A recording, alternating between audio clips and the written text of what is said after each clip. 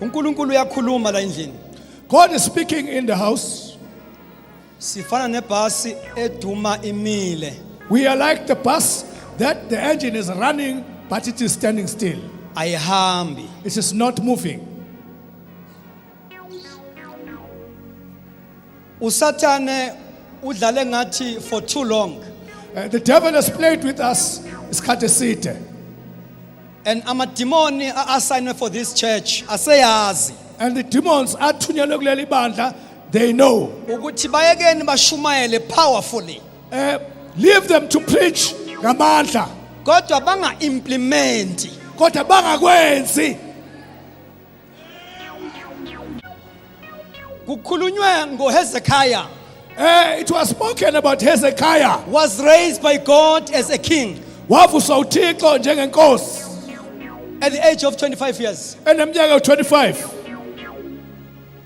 I want us to pray for the spirit of Hezekiah. Ngithanda ke sikhulekele umoya kaHezekiah.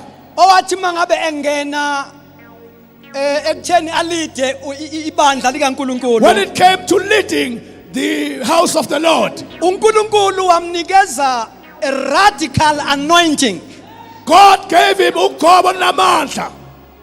Wakwazi ukudiliza izinto ezirong. He could pull down izinto ezimbi. Nenyoka basebeyikhonza ibakhululile for that time. And the snake they were worshipping, which had freed them that time.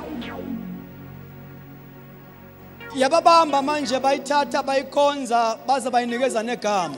It got hold of them, they worshipped it and they gave it a name.